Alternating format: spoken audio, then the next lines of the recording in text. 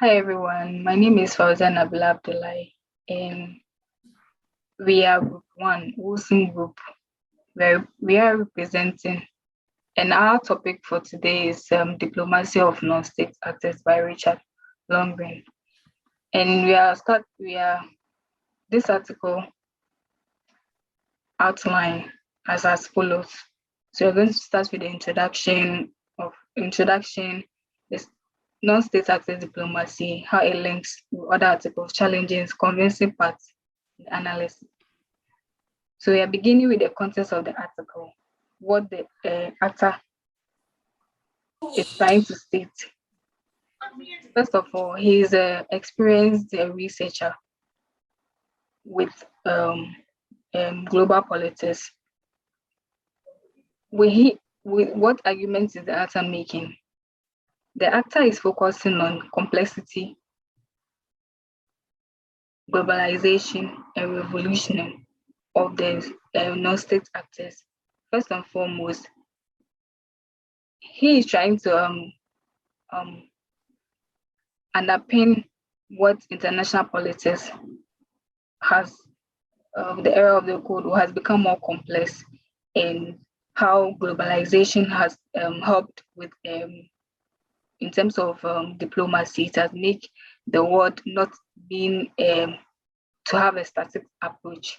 It has become diverse way of doing in terms of diplomacy. And what arguments is the author trying to make?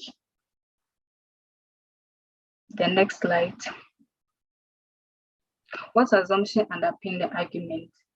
First of all, with the second point, he's stating the fact that how it has strengthened global institutions, how the Cold War, how the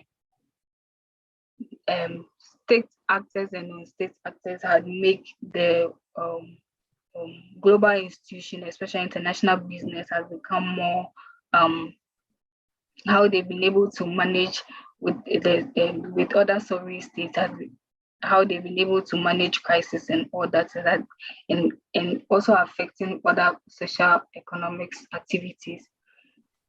With the last point, he responds in terms of humanitarian, how humanitarian intervention and international consent. So basically, he's saying the non-state actors respond to humanitarian intervention and other issues that they do not follow the traditional channel of diplomatic engagement. So Fawaz, can you come in to take your side? Yeah, how does this article link with the other journals, articles, and books that we have read on this topic? The authors was trying to lament on how the state actors and non-state actors are actually trying to depend on each other, and they are interrelated on many fronts. And first, it corroborates the arguments about the evolutionary process of state and non-state actors' power and highlight the characteristic of both. The authors was trying to link the article with other, was trying to see if other article linked or interwoven with each other, and also was trying to talk about the characteristic of the non-state actors and the state actors, and try to talk about the weak points of both the state actors and the non-state actors. Secondly, it strengthens the argument that citizens engage through intervention and can be effectively enhanced through the establishment of diplomatic relationship, which the two participants are showing in the context. Second, the actor was trying to talking about restoring the fear of the non-state actors, because they're actually trying to depend on each other, because the rise of the state actors are actually needed once the state actors are weakened, because if the state actors are weakened, that's when the rise of the state actor or the non-state actors can try to let us take for instances where the pandemic of COVID-19 started. You can see some non-state actors trying to donate some COVID-19 kits, etc. And also, let us take an example of this war between the Liberia war, whereby ECOWAS needed to interfere into the war to provide them some diplomatic relationship. And also, lastly, the author was trying to say, oh, the author was trying to talk about how the non-state actors, how they are actually be able to like help in the international society, and also try to like talk about how they are dependent with each other in terms of their international monetary funds and etc. And I think my colleagues going to talk about this. Salam, please, can you come in? Thank you.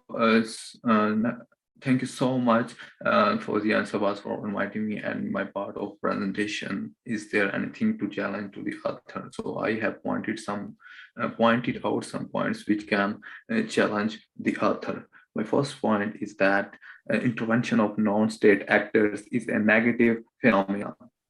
Actually, intervention of non-state actors in different crises is not in natural environment, but such environment created by some powerful states. Actually, these are the states who want to rule the world, who want to maintain their world order, the order in which they are agreed upon. So the writer only talks about the positivity of the international organizations. He didn't talk about the negativity of the international organization. There are some benefits, and as well this organization has some drawbacks.